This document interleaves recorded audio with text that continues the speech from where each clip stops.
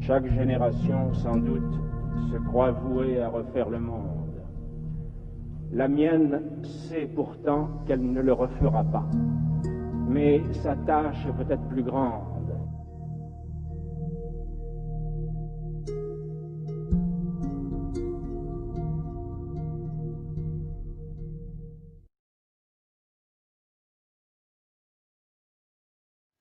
Bonjour à toutes et à tous. Cette vidéo de cours sur les perspectives en dessin technique s'inscrit dans une dynamique, dans une perspective, si vous permettez le jeu de mots, de continuité pédagogique telle que suggérée par l'autorité en charge de la formation. Elle est aussi et surtout, à vrai dire, une réponse à une demande des apprenants qui ont senti la nécessité de cette continuité et se sont engagés pour sa mise en œuvre. Et tel que convenu, nous n'avons pas la prétention d'être exhaustifs dans cette vidéo. Il s'agira juste de revenir en quelques minutes sur les éléments clés essentiels à la compréhension de ce cours déjà à disposition des apprenants.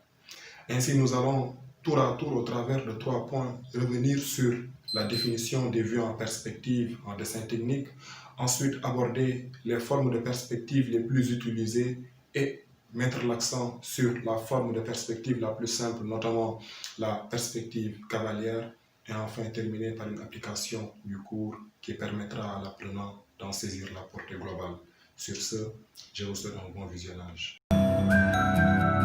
Au même titre que la représentation par projection orthogonale, la représentation en perspective est aussi une des formes de représentation utilisées en dessin technique. Mais contrairement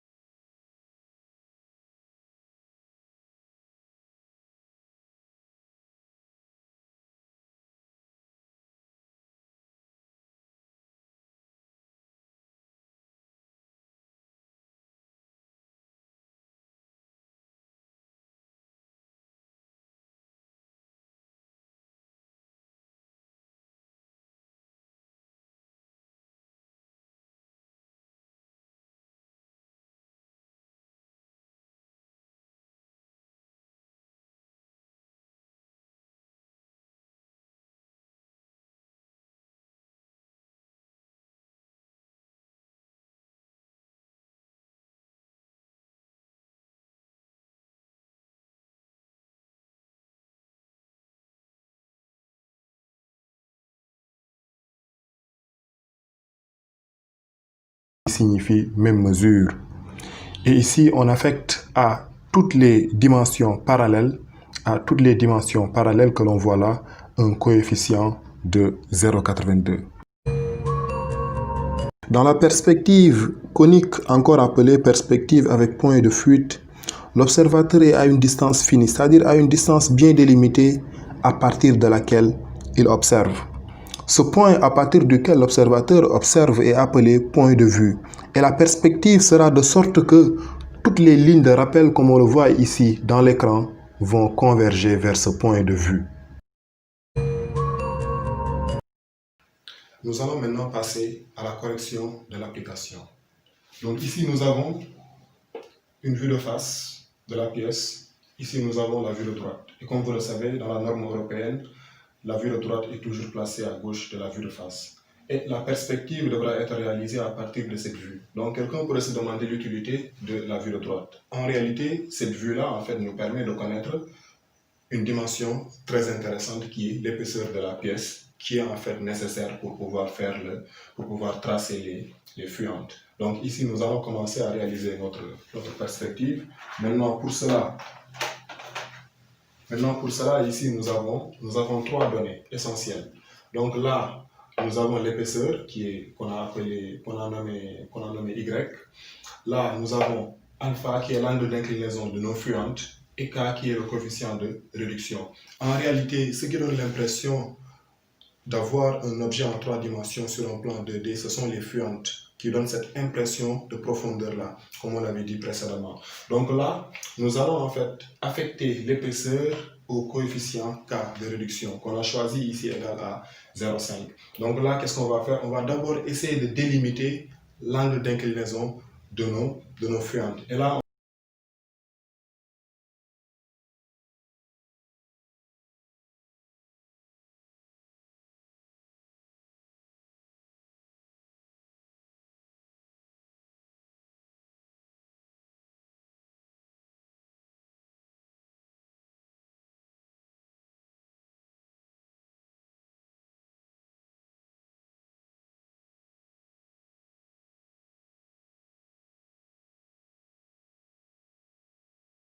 suivante.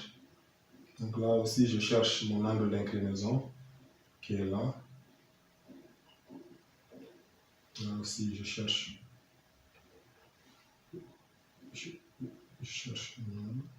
là.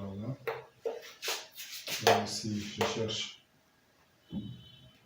l'angle d'inclinaison qui est là. Et il me reste quelle arête?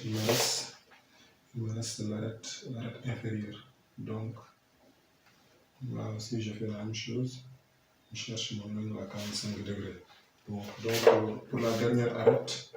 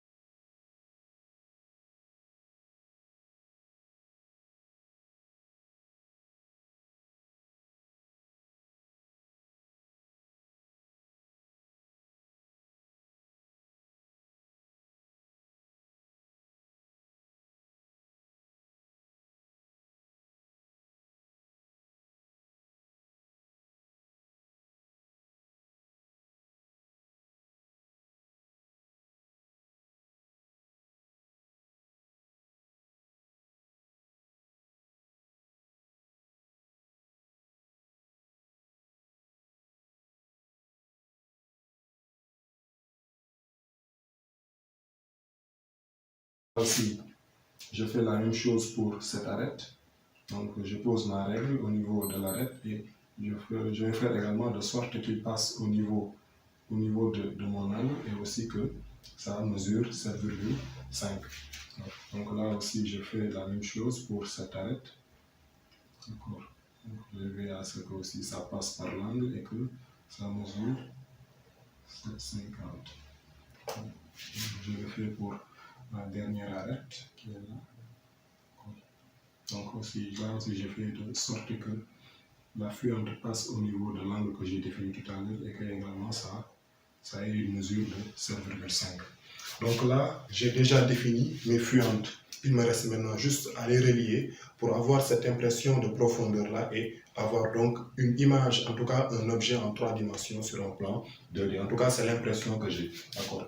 Donc là, je vais commencer à relier mes points.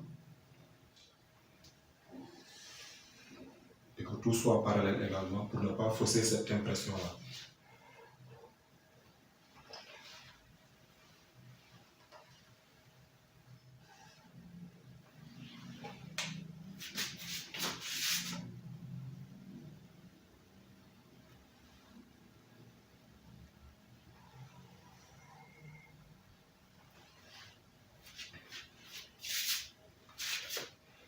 Donc là, vous avez vu, je viens de faire le tracé de ma perspective. D'accord. Donc, je viens ici d'avoir mon objet. Bon, je ne sais pas si c'est parfaitement parallèle. En tout cas, c'est ça en fait là, la méthode. Donc, c'est comme ça. Donc, je viens de créer en fait une impression de profondeur sur un tableau, sur un plan 2D.